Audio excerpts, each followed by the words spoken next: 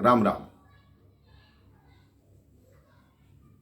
कहते हैं कोई भी बच्चा, कोई भी बालक जब ननिहाल में आता है तो वो खूब मस्ती करता है, बहुत उधम मचाता है।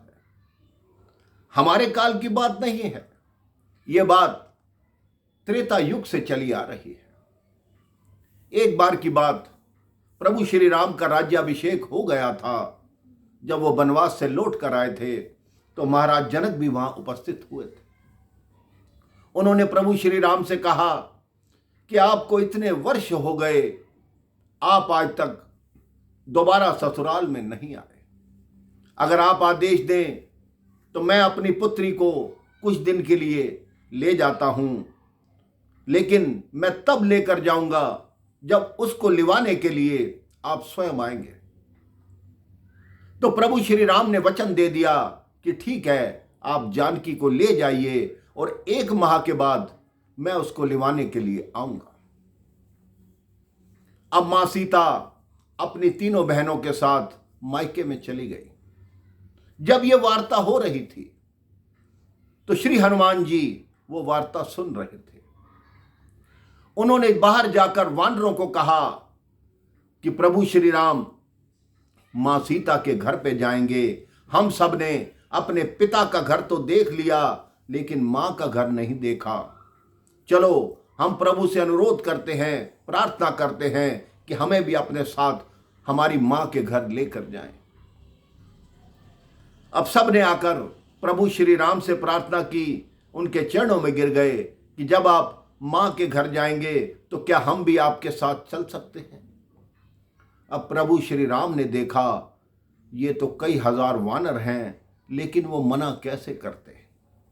उन्होंने कहा ठीक है, मैं तुम्हें ले जाऊंगा, लेकिन उससे पहले लक्ष्मण जी आपको सिखाएंगे कि राज्य परिवार में जाकर कैसे बैठना होता है, कैसे खाना होता है, कैसे बात करनी होती है। आपकी पूरी तैयारी कराई जाएगी।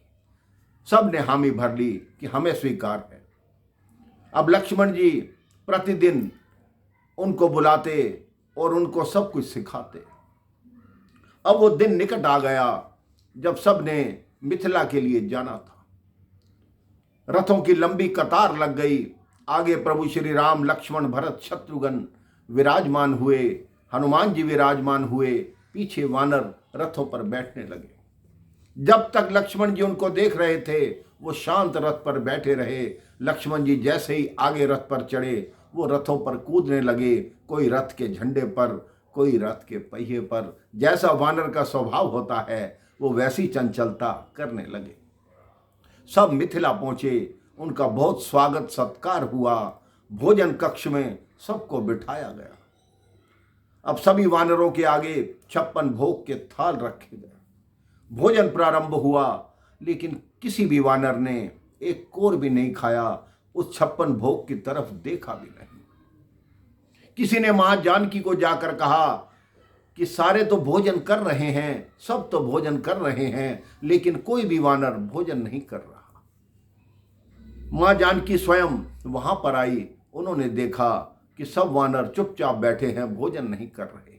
मां जानकी ने सेवकों को बुलाया कि किसने ये भोजन परोसा है, ये सारा 56 भोग आगे से उठाइए और जो इनका प्रिय भोजन है वो इनके आगे रखिए। अब फलों की टोकरियां लाई गई और उनके आगे रखी गई। रखने की देर थी कि सारे वानर कूद पड़े, पंक्ति टूट गई। लक्ष्मण जी क्रोधित होते रहे कि रुको रुको, ऐसे मत करो, ऐसे मत करो। मां जानकी ने लक्ष्मण जी को कहा कि आप शांत रहिए, ये उनकी ननिहाल है और ननिहाल में आकर हर बच्चा उधम करता है। कभी कोई नाना नानी उसको कुछ नहीं कहते। बच्चे को मालूम होता है कि मेरी हर आशा यहां पर पूर्ण होगी, मेरी हर बात को यहां पर माना जाएगा, मुझे यहां पर कोई भी कुछ नहीं कहेगा। तो आप भी किसी के नाना नानी होंगे, किसी के दादा दादी होंगे। आपके मन में भी ये आता होगा कि मूल से ब्याज प्यारा होता है। उतना आपका प्यार अपने पुत्र या पुत्री से नहीं होता जितना उसके पुत्र या पुत्री से होता है। क्योंकि आप उस अपनी तीसरी पीढ़ी में अपने बचपन को देखते हैं, अपने बचपन को जीते हैं। जो इच्छाएं आप बचपन में पूर्ण नहीं कर सके, आपके मन में यह आशा होती है कि मैं इस बालक या बालिका की वो हर आशा पूर्ण करूं।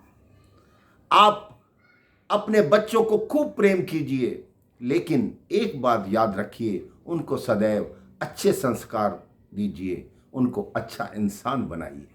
राम राम, जय श्री राम।